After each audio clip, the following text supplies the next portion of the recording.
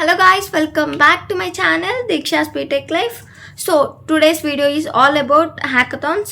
Like ఈ వీడియోలో నేను types of hackathons and hackathon అంటే ఏంటి, అసలు టిప్స్ ఫర్ బిగినర్స్, సో ఇలా నేను డీటెయిల్గా అయితే ఈ వీడియోలో హ్యాకథాన్స్ గురించి అయితే ఎక్స్ప్లెయిన్ చేయాలనుకుంటున్నాను. సో ఇన్ఫర్మేటివ్ వీడియో కాబట్టి ప్రతి ఒక్కరు హ్యాకథాన్స్ గురించి అయితే ఫస్ట్ ఇయర్లో ఉన్న వాళ్ళైనా సెకండ్ ఇయర్లో ఉన్న వాళ్ళైనా హ్యాకథాన్స్ అనేది ఇంపార్టెంట్ కాబట్టి స్కిప్ చేయకుండా వీడియో ఎండ్ వరకు చూడండి. మినిట్ టు మినిట్ ప్రతి పాయింట్ యూస్ఫుల్ అనమాట. సో స్కిప్ చేయకుండా వీడియో ఎండ్ వరకు చూడండి.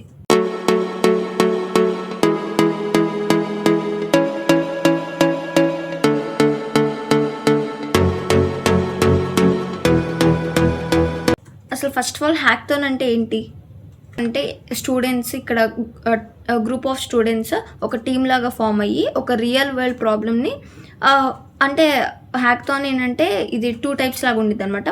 ఒకటి మీరు ఒక రియల్ వరల్డ్ ప్రాబ్లమ్ చూస్ చేసుకోవడం, ఆర్ లేకపోతే ఆర్గనైజర్స్ ఒక ప్రాబ్లమ్ స్టేట్మెంట్ ఆల్రెడీ ఇస్తారు. సో దాని మీద మీరు వర్క్ చేయటం అనమాట. లైక్ ఆ ప్రాబ్లమ్ స్టేట్మెంట్ని సాల్వ్ చేయటము, లైక్ సొల్యూషన్.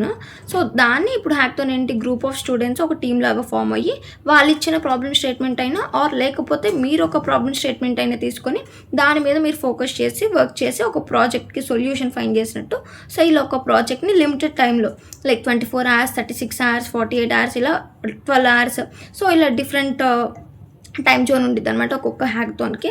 సో ఇలా మీరు ఆ టైంలో ఇలా హ్యాకథాన్ పార్టిసిపేట్ చేస్తారు. సో దీన్నే హ్యాకథాన్ అంటారు. ఇప్పుడు మనం టైప్స్ ఆఫ్ హ్యాకథాన్స్ చూద్దాము. టైప్స్ ఆఫ్ హ్యాకథాన్స్ అంటే like online and offline.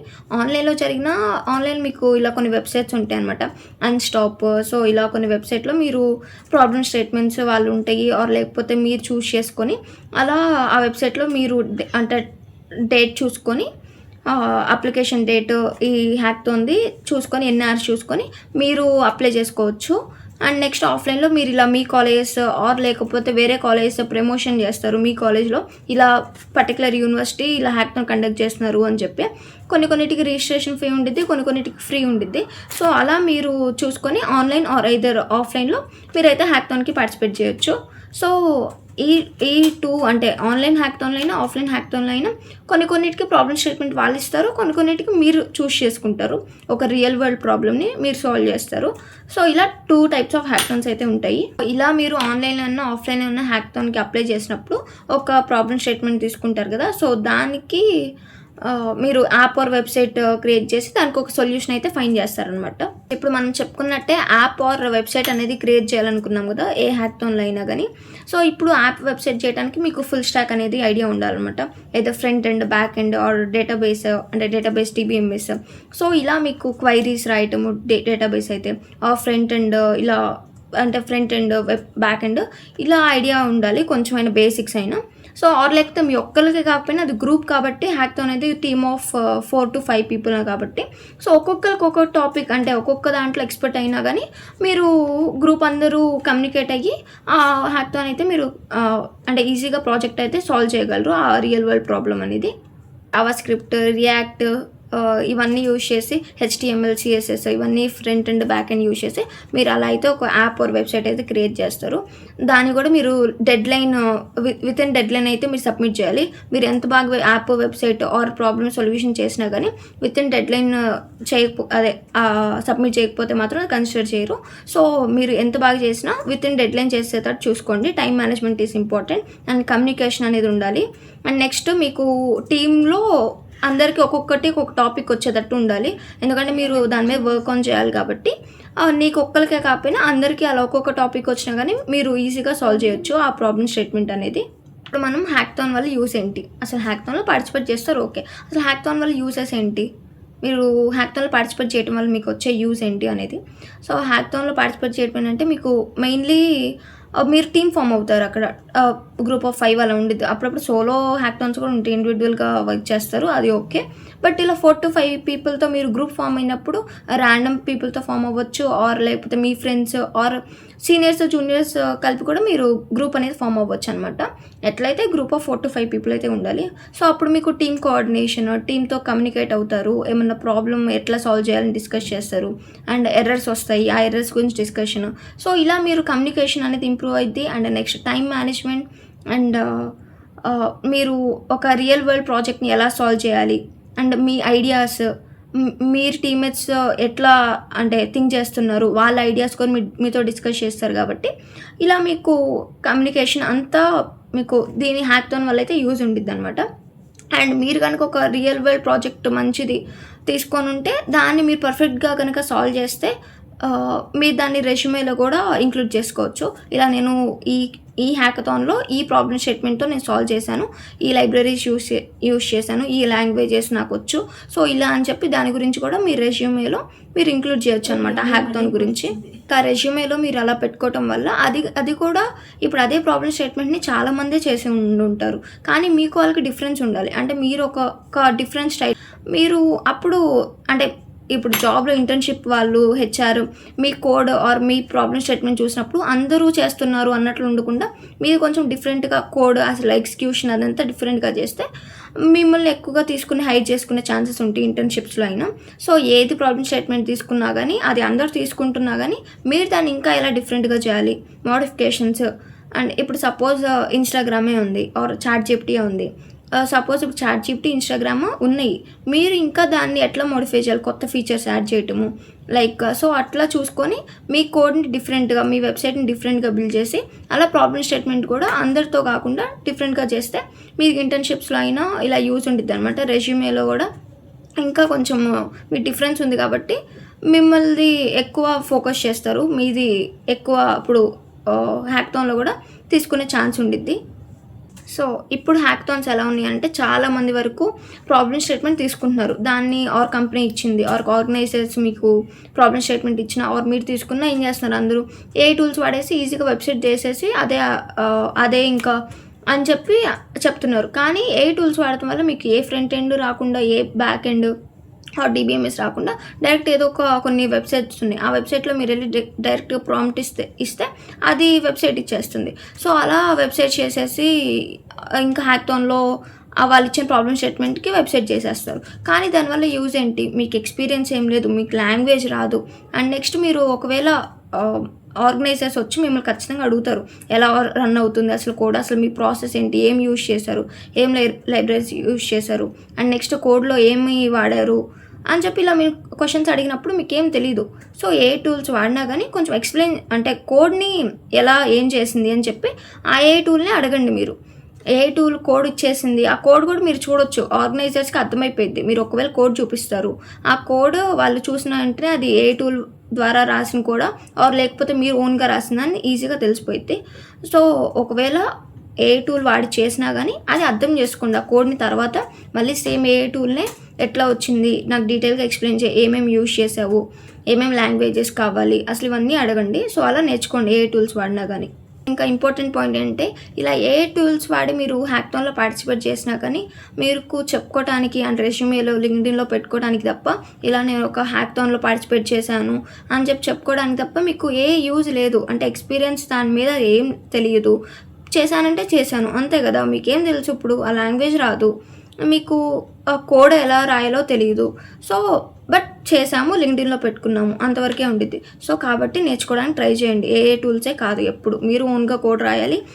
First of all అది కోడింగ్ కష్టంగానే ఉండిద్ది, బట్ స్టార్ట్ చేయండి. స్టార్ట్ చేసి కొన్ని కోడింగ్ క్వశ్చన్స్ సాల్వ్ చేస్తూ ఉంటే మీకు కూడా ఎర్రర్స్ వస్తాయి, ఎర్రర్స్ని సాల్వ్ చేసుకొని అలా మీరు కూడా ఓన్గా కోడింగ్ చేయండి. అండ్ ఇలానే ఫుల్ స్టాక్ నేర్చేసుకోండి, ఫ్రంట్ ఎండ్ బ్యాక్ ఎండ్ అలా మీరు ఓన్గా చేయండి.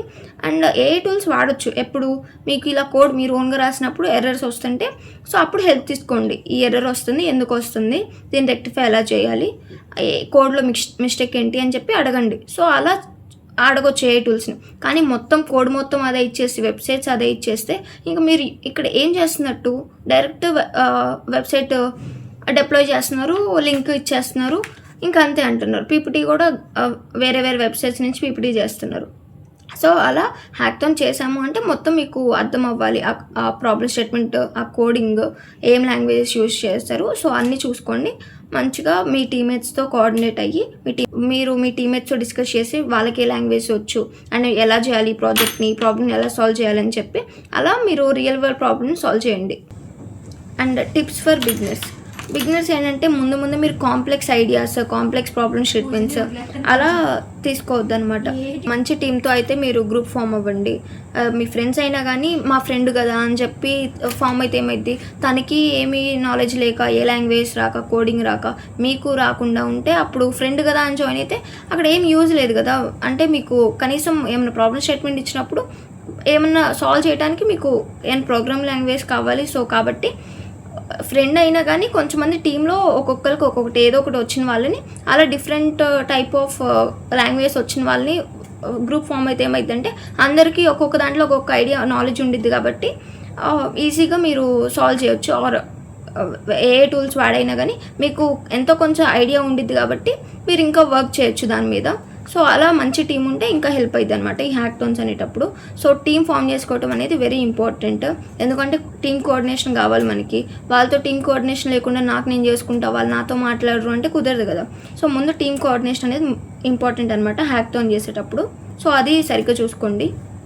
అండ్ హ్యాకథాన్లో మీరు వాళ్ళు చెప్తారనమాట ఏమేమి సబ్మిట్ చేయాలి, ఇన్స్ట్రక్షన్స్, పీపీటీ సబ్మిట్ చేయాలి, ఆ పీపీటీ ఫార్మాట్ ఎలా ఉండాలి, ఎన్ని స్లైడ్స్ ఉండాలి, ఏమేమి ఉండాలి ఆ పీపీటీలో అని చెప్పి వాళ్ళన్నీ డిస్కస్ చేస్తారు. మీకు ఇన్స్ట్రక్షన్స్ అనేది మీ మెయిల్కి అలా చెప్తారు. సో అలా దాని తగ్గట్టు ఆ పీపీటీ. అండ్ నెక్స్ట్ గిట్ హబ్లో మీ ప్రాజెక్ట్ లింక్ అనేది అప్లోడ్ చేయాలి. సో గిట్ హబ్లో అది అప్లోడ్ చేయాలి. నెక్స్ట్ వీడియో కూడా మీరు ఎక్స్ప్లెయిన్ చేయాలన్నమాట మీ ప్రాజెక్ట్ గురించి, ఒక వీడియో ఎక్స్ప్లెనేషన్ లాగా. సో అది కూడా వాళ్ళకి అప్లోడ్ చేయాలి. నెక్స్ట్ తర్వాత డైరెక్ట్గా ఆ రోజు వచ్చి అందరి దగ్గరికి మీ ప్రాబ్లమ్ స్టేట్మెంట్ ఎలా, మీ సొల్యూషన్ ఎలా అని చెప్పి డీటెయిల్గా మీరు ఎక్స్ప్లెయిన్ చేయాలి. మీరు రాసిన కోడ్ అండ్ మీ ప్రాజెక్ట్ ఎలా సొల్యూషన్ అని చెప్పి. సో అప్పుడు కూడా మీరు డీటెయిల్గా ఎక్స్ప్లెయిన్ చేయాలి. అంటే మీకు ఎంతో కొంత ఐడియా ఉండాలి మీరు ఏం చేశారు అని చెప్పి. ఏం లేదు, నా టీంలో ఎవరో ఒకరు చేశారు, నాకేం సంబంధం లేదు, నేను చేశాను, ఇంకా హ్యాకథాన్లో పార్టిసిపేట్ చేశానంటే కుదరదు. ఎందుకంటే నీకు ఏదో ఒకటి తెలిసి ఉండాలి కదా, నీకు యూజ్ ఏంటి అది చేసినందుకు. అండ్ నెక్స్ట్ ఇలానే ఆర్గనైజర్స్ వచ్చి నీ క్వశ్చన్స్ అడిగినా కానీ నీకు చెప్పేంత కెపాసిటీ ఉండాలి కదా, ముందు తెలుసుకొని ఉండాలి కదా. టీంలో ఎవరో ఒకరు చేసినా కానీ మీరు కూడా అసలు ఎలా చేశారు, ఏ లాంగ్వేజ్ వాడారు, ఒకసారి వెళ్ళి వాళ్ళు అడగండి. నేను కూడా ఎట్లా అని చెప్పి బేసిక్స్ అయినా తెలుసుకొని ఉండండి ఆ ప్రాజెక్ట్ గురించి. వాళ్ళు వచ్చే క్వశ్చన్స్ అడిగినప్పుడు మీరు చెప్పడానికైనా. అండ్ మీకు కూడా తెలియాలి కదా ఎట్లా చేశారు అని చెప్పి. సో ఏమి దాంట్లో చేయని వాళ్ళు, కాంట్రిబ్యూషన్ ఏం లేని వాళ్ళైనా కానీ తెలుసుకొని ఉండండి. లైక్ చాట్‌జీపీటీ హెల్ప్ అయినా కానీ తీసుకొని ఇట్లా ఈ ప్రాజెక్ట్కి ఏం చేయాలి ఎట్లా అని చెప్పి. సో నేను ఇప్పుడు దాకా మీకు యాప్ ఆర్ వెబ్సైట్ బిల్డ్ చేయాలి ఇలా హ్యాకథాన్లో అని చెప్పా కదా, అది మోస్ట్లీ సాఫ్ట్వేర్ వాళ్ళకి. హార్డ్వేర్ వాళ్ళకి ఏంటంటే ఏదో ఒక ప్రొడక్ట్ డిజైన్ చేస్తారనమాట వాళ్ళకి ఇచ్చిన ప్రాబ్లమ్ స్టేట్మెంట్ దాన్ని బట్టి.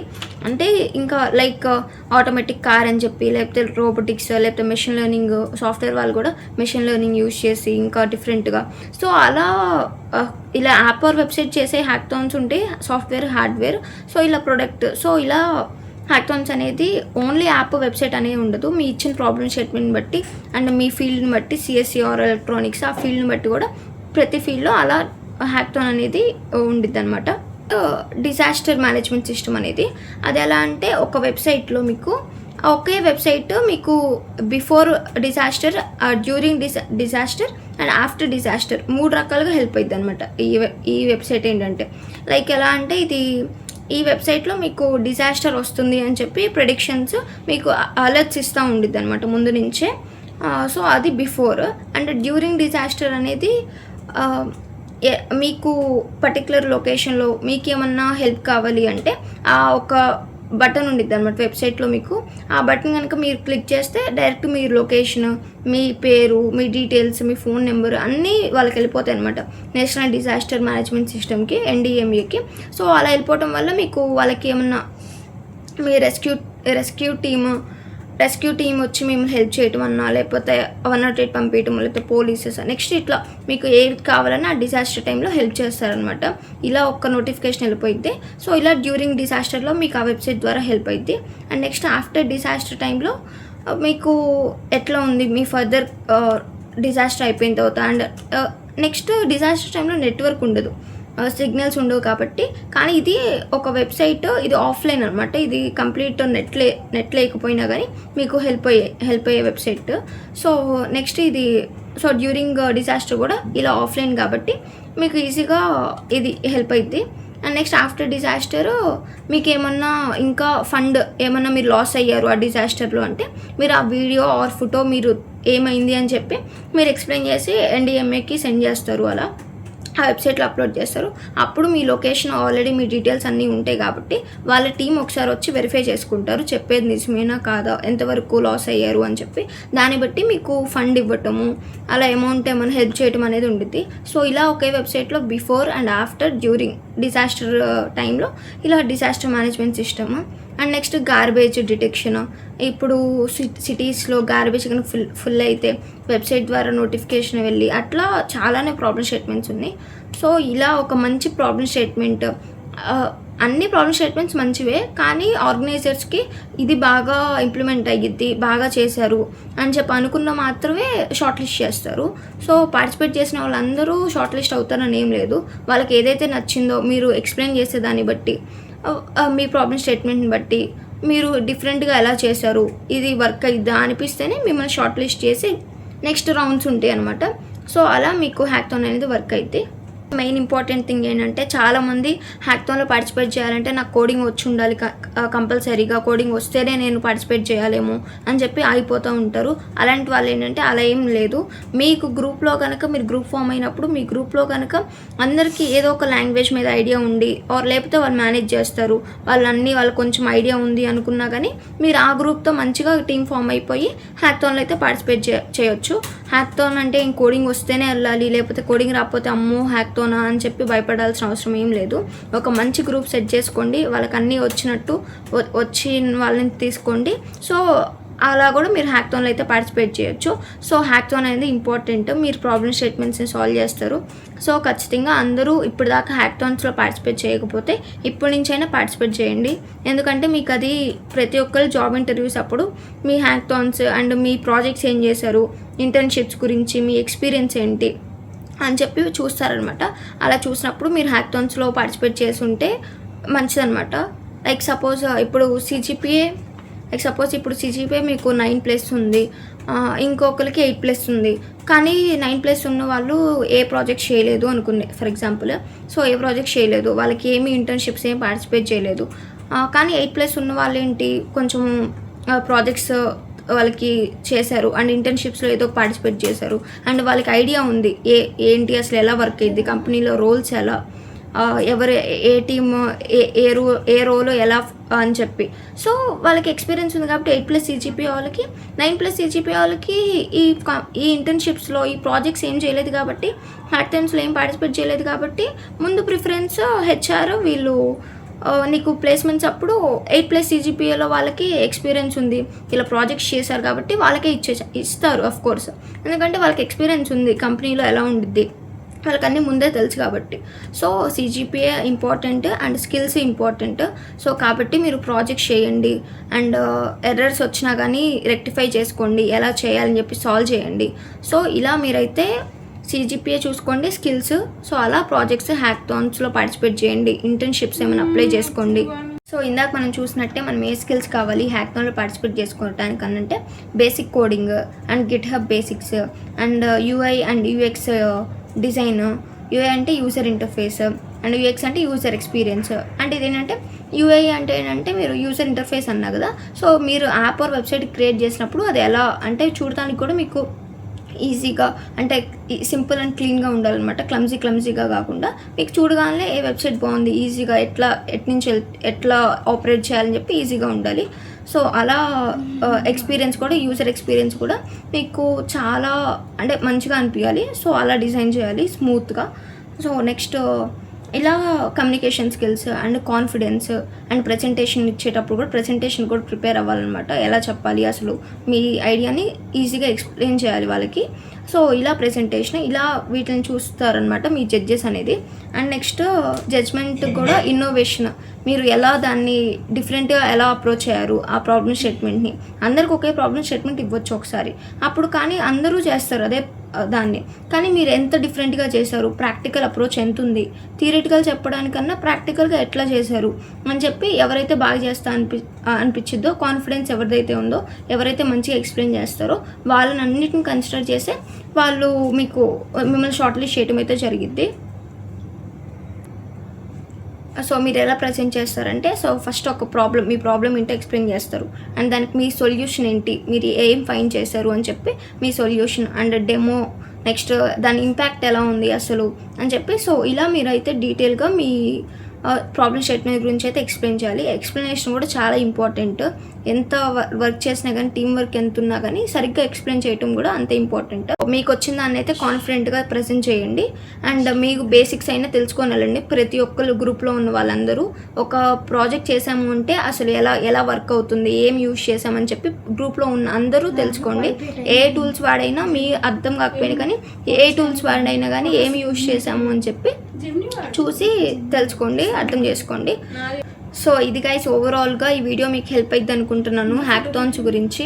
లైక్ హ్యాకథాన్ అంటే ఏంటి, అసలు ఎవరు పార్టిసిపేట్ చేయాలి అండ్ ఎలా ప్రజెంట్ చేయాలి అండ్ ఎవరు అంటే ఏమొస్తేనే కోడింగ్ వస్తేనే పార్టిసిపేట్ చేయాలా. సో ఇలా నేను ఆ టిప్స్ ఏంటి, బిగినర్స్కి టిప్స్ ఏంటి అండ్ రియాలిటీ ఏంటి, సో ఇలా నేను డీటెయిల్గా ఎక్స్ప్లెయిన్ చేస్తాను అనుకుంటున్నాను యూజెస్ ఆఫ్ హ్యాకథాన్స్. సో మీకు కనుక ఈ వీడియో కనుక హెల్ప్ఫుల్ అయితే మీ ఫ్రెండ్స్కి హ్యాకథాన్స్ గురించి ఏమన్నా హెల్ప్ఫుల్ అవుద్ది అనుకుంటే షేర్ చేయడం అయితే మర్చిపోవద్దు. సో నా ఛానల్లో ఉన్న వీడియోస్ ఒకసారి చూడండి. మీరు guys like this video, please don't forget to like, share and subscribe. Thanks for watching.